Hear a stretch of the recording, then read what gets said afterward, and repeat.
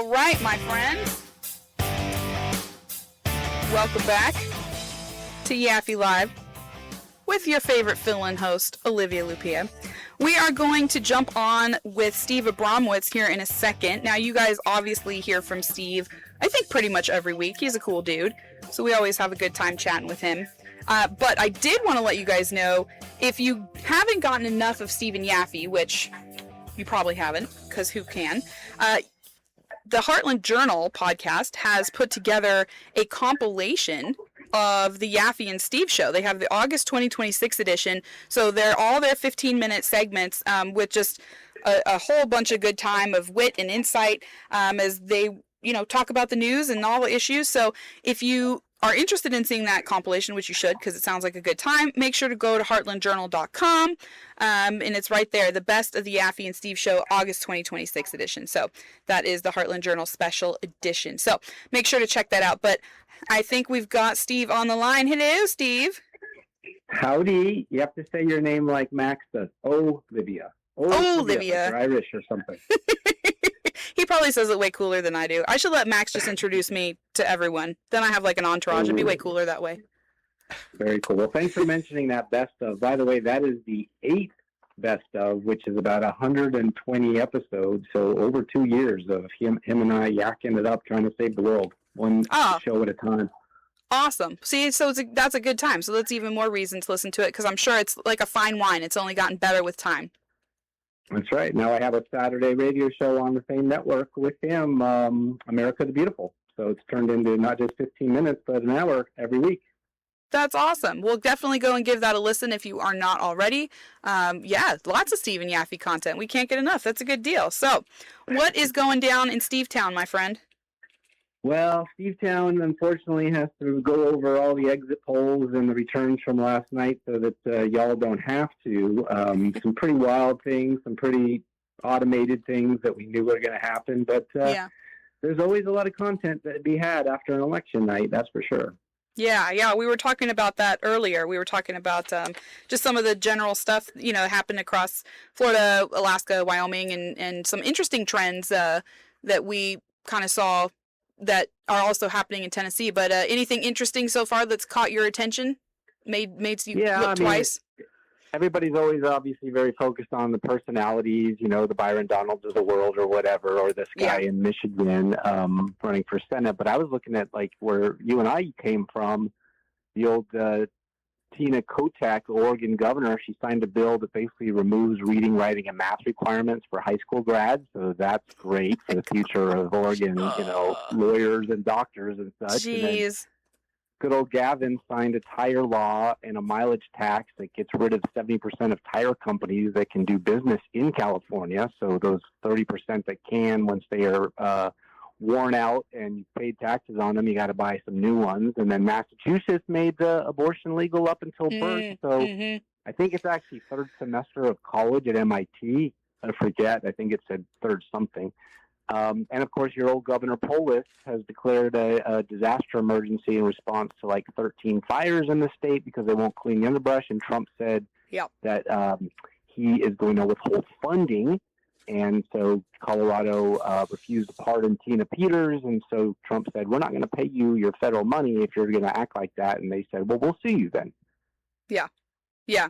Yeah, that I was watching all of that, and once again, Colorado's on fire. It happened, like California, like these other places, it happens every year. So they know that it's coming, and like you said, there's just a real fire mitigation issue because somehow the rights of a little fishy in a dam or, some bird have become more important than protecting people's homes and lives and animals and all that. So interesting, a lot of interesting stuff going on around the country. What do you think about that because the Trump administration has talked about doing that with several different states for various reasons, that withholding of federal funds.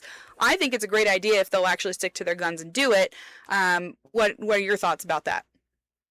I mean, it's the only tool they have called leverage, but unfortunately for every state, you've got 15 to 20 congressmen and women who say, no, that's actually my grift, so you can't take that away. And then they'll get 51% of the people to go along with them because they probably have their own in their own state. So I was looking at like City Council of Seattle that should have been under a consent decree by the federal government.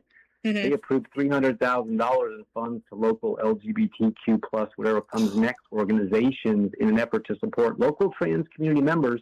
9-0 on that, while new socialist mayor turned off all the cameras in high crime downtown for quote unquote privacy reasons. And of course, we have our own mayor of Nashville who used eminent domain to stop a data center near a zoo so the bats won't be disturbed at night with the subsonic sound. And Eileen Wang, mayor of Arcadia, California, quit after admitting she was a Chinese communist agent. We got Eric Swalwell said the FBI knew he was sleeping with a spy, yet he was on the Intelligence Committee. And the gal that quit Congress after stealing $5 million in taxpayer money ran again in Florida. Came in like third, which is good, which is unlike coming in third in LA, but winning a week later against Spencer Pratt. Exactly. And of course, Byron Donalds won easily for Republican, but now he faces a guy that's been a Democrat for about 10 minutes, Jolly, a lifelong Republican running as a Dem. So they have their dinos over there. And it's fun stuff. Wow. Yeah. So it sounds like it's going really well for us just in general. Like things are looking good. If you say us in terms of American citizens that like voting, no. If you're talking about us like content creators in the news, yes, it's fantastic. We got Comedy Central 24/7.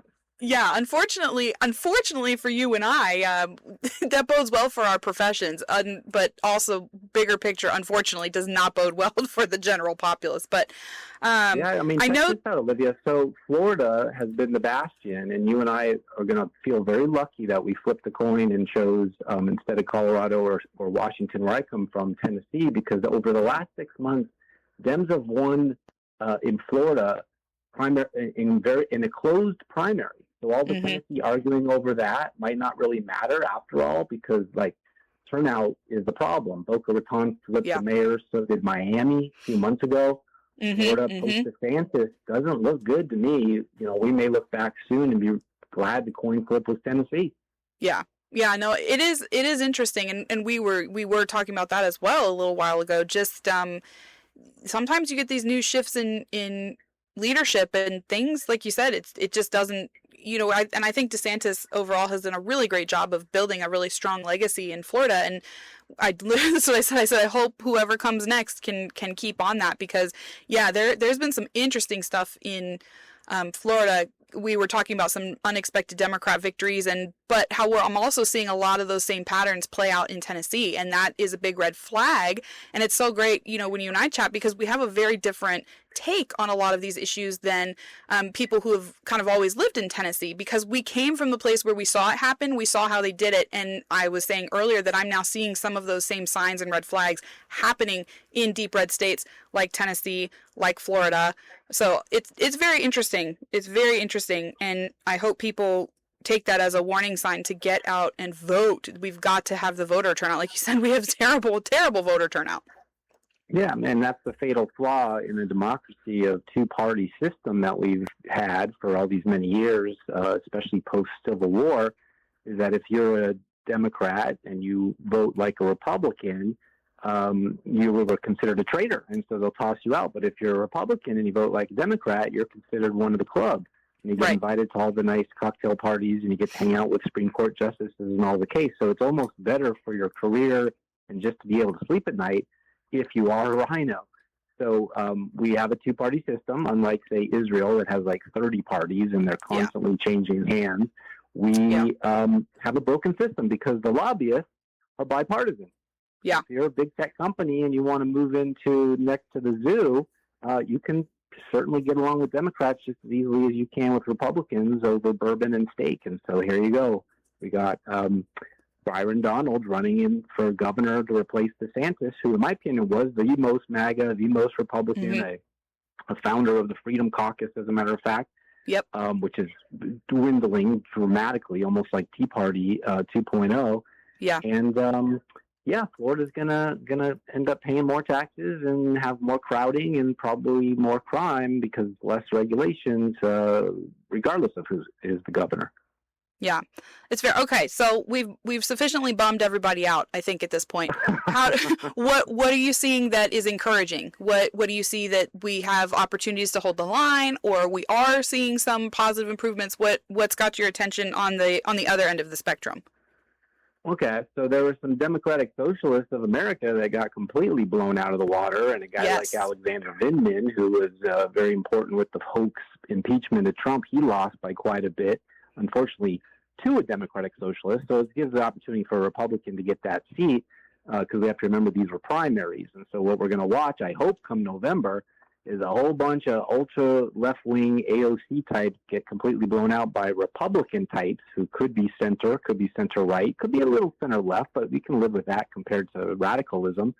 And maybe next year we'll have a very good Congress, because we'll have people like Brent Taylor up there. We'll have Burchett back, unless he decides to go into the Senate for Marsha Blackburn, but that's still good. Marsha will be here in Tennessee, as will as governor, hopefully, just as Tuberville will be down in Alabama. So they got some state rights issues that they can fight for, which is always a good thing. So yeah, in terms of cleaning house, I think it's fantastic. So I'm not bummed at all by the results. I laugh at them, especially the one that, stole $5 million and then ran in Georgia. That was crazy. Got railroaded out of Illinois. I mean, that's like rhino extraordinaire as a Republican, I should mention. So yeah, there's good stuff. And some of these people won't be back that I've grown up with, and so have you. We got no more Nancy Pelosi, no more Jasmine Crockett, no more Eric Swalwell, no more, the list goes on. Steve Cohen. Oh my gosh, 24 years. So that's good. That's good. That's clearing out the underbrush like Colorado doesn't do with the forest fire. Exactly. Yeah, and I think that's a good point is, like you said, some of these people have been in office literally longer than I've been alive.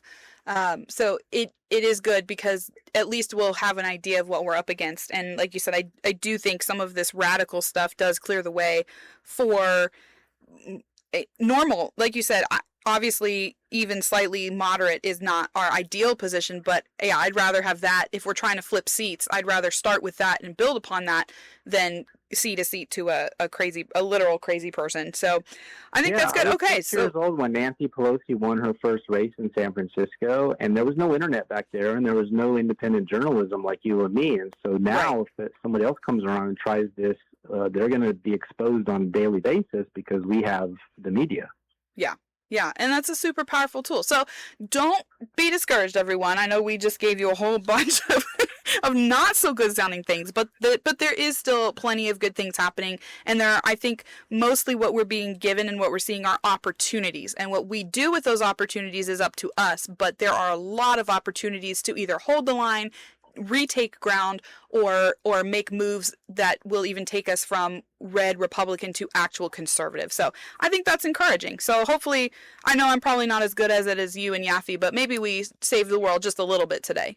Just a little. You sure did. And remember, this is all leading up to November, and the demographics have changed dramatically in the South because people like you and me have moved to states that we agree with politically. So when we see the returns in November, it's going to look a lot different than it did 4 years ago. Yeah, absolutely. Absolutely. All right, my friends. Well, that is our good buddy, Steve Abramowicz. Thank you, Steve, as always, for your insight and your humor and your wit, bringing some, we got to bring the levity to the sometimes serious situation. So we appreciate you. Remember, guys, to check out that compilation of the best of Steve and Yaffe.